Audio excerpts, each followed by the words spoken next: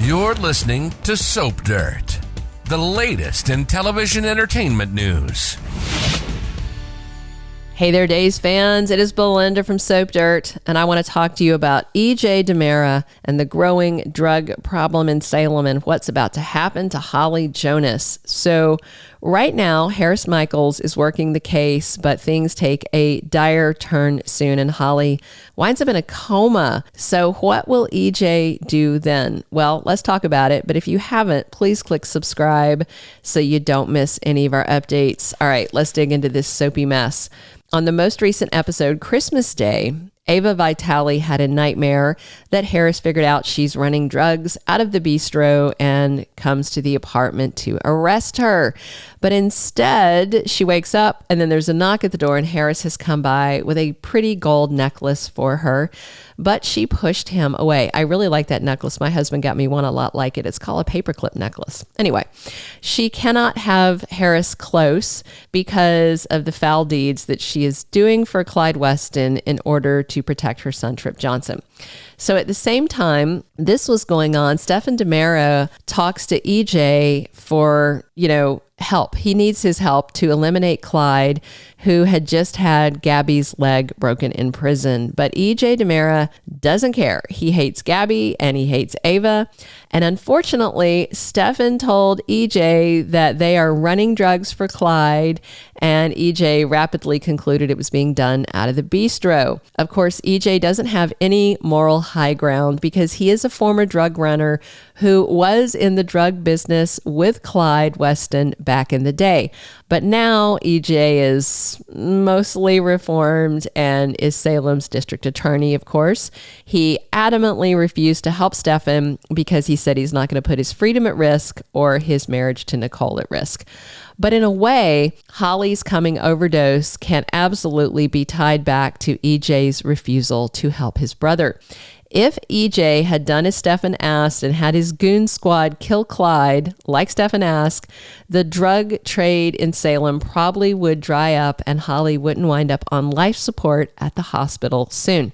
Then again, it's not EJ's fault that Clyde is running drugs, but he did pass up an opportunity to put an end to it. And in fact, EJ tried to kill Clyde. Was that 2022? Remember, Chad confronted Clyde when he found out he murdered Abby. They were, I think, at the cemetery or in the park fighting. And Clyde got the better of Chad and was about to kill him. But then EJ shot Clyde to save Chad. And then the brothers basically stood there and were going to let him bleed out and die in front of their eyes, even though he was begging them to call an ambulance. Unfortunately, the Salem cops showed up and called 911. If they hadn't bothered, Clyde would already be 6 feet under, pushing up daisies, and none of this would be happening. So here's what's ahead for this drug story. On Tuesday, December 28th, Ava is furious when Stefan tells her he went to EJ and he refused to help. She, of course, knows EJ is going to come for them because he hates her. She's terrified she'll be arrested, and then Clyde will kill Trip just out of spite. Ava's really torn because she likes Harris, but she knows she can't have him in her life because it's too much of a risk. So she and Stefan are then stuck waiting on a shipment of drugs from Clyde's guys. And then Harris shows up right as the drugs do. And Stefan and Ava are trying to hide this from the detective. And so Stefan's going to go inside. Ava's going to stay out and talk to him. And Harris tells Ava that he knows she's lying to him. And again, she thinks it's about the drug operation, kind of how she reacted on the Christmas Day episode. But it's not. He thinks that she is interested in another man, Stefan in particular. So Ava decides to let Harris's assumptions stand because it's safer for her, safer for Trip, and really safer for Harris if he walks away. It's probably an easy sell because Ava used to date Stefan's doppelganger, Jake Lambert, aka Jake DiMera.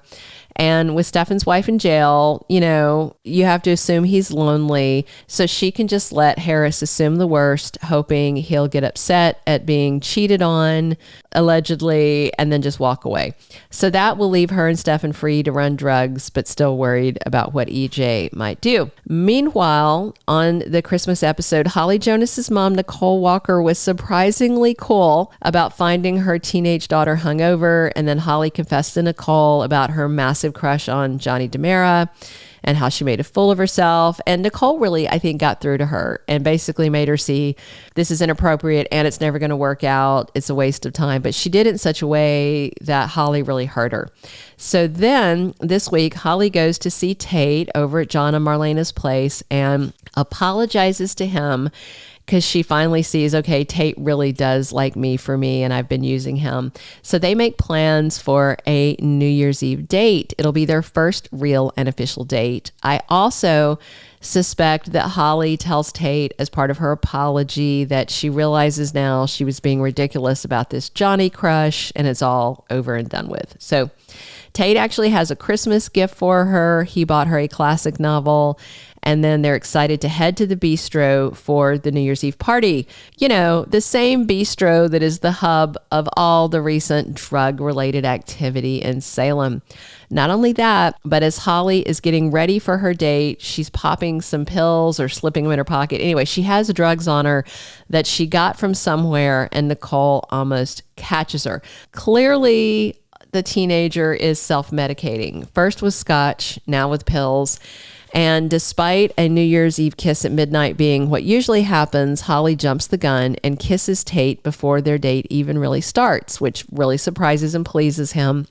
But it looks like this night may end in disaster. If not this night, it is coming soon, because it turns out the drugs Clyde is pushing through the Bistro, like so many drugs in real life these days, are laced with fentanyl. And that is killing people. It's killing people all over the country. It is a serious epidemic. And it seems in Salem, there are some teens who have overdosed and died because of the fentanyl in these drugs, these pills that are being pushed through the Bistro. And of course, Stefan and Ava hear about this. They're worried that they may have contributed to this, but they don't know for sure it's the drugs that they're running for Clyde, but still not a good look. Holly is going to be one of these kids. Scenes of her from the Day of Days promo show her at the hospital on a ventilator, clinging to life. Plus, there was an audition tape that leaked about 8 months ago, roughly, where there was a young woman reading a role, and there was a whole thing about somebody overdosing, and the boy was trying to help her.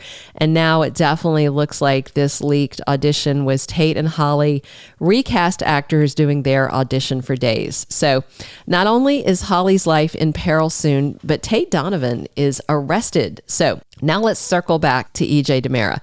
He knows Stefan and Ava are running drugs out of the Bistro. He'll soon find out his stepdaughter Holly was using drugs and overdosed. So I can totally see him coming after Tate if he thinks Brady's son bought or gave the drugs to her. And I can definitely see him going after Stefan and Ava to punish them. But just maybe EJ DiMera will regret not agreeing to kill Clyde and will then make sure that piece of trash can't hurt anyone he cares about ever again. Of course, Clyde was the one who kidnapped his mom, Susan Banks, from that car crash site where Ava was and delivered her into the hands of her psycho ex in London. So I feel like Holly's overdose is going to galvanize EJ and he'll take action. The big question is whether he will go after the person ultimately to blame, which is Clyde Weston, or if he's going to focus on the ones that are forced to cooperate, like Stefan and Ava, or go after all of them, maybe target Tate also while he's lashing out. And of course, remember, Nicole just lost her baby, or so she thinks, and now she's going to have her other child who may die, who's on life support. Nicole's going to be gutted, and EJ will do anything to keep Nicole happy and to keep her stable and sane, because he's already seen her falling apart over the dead baby, and now her daughter's life is on the line.